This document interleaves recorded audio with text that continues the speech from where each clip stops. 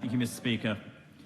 I need not remind anyone in this House about the scale and horror of the child sexual exploitation scandal that blighted Rotherham and affected many of my own constituents, including courageous whistleblower and campaigner Sammy Woodhouse.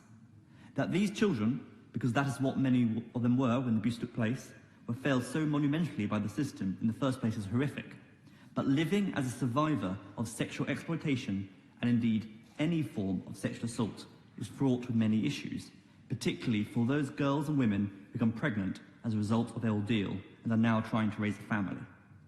The children born to survivors of sexual assaults should not, as currently happens, be automatically identified as being at risk of abuse, and their mothers, many of whom have been failed once already, should not be threatened with the removal of their children on the basis of no other evidence than they themselves were once victims.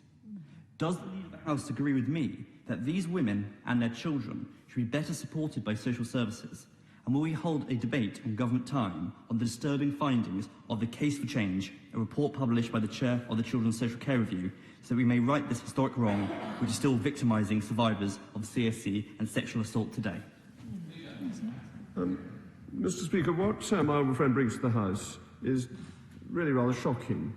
But it should certainly not be the case that women who have themselves been abused should be deemed at being at risk of being abusers purely because they were abused. That is wrong and unfair and unjust. And I'm troubled that my honourable friend should say that is the case, and I will take this up on his behalf with both the Home Secretary and the Education Secretary, because the abuse scandal in Rotherham is one that has left many scars and troubles for families and for individuals who were abused, and they should not be suffering further. They should be getting the support that my honourable friend talks about.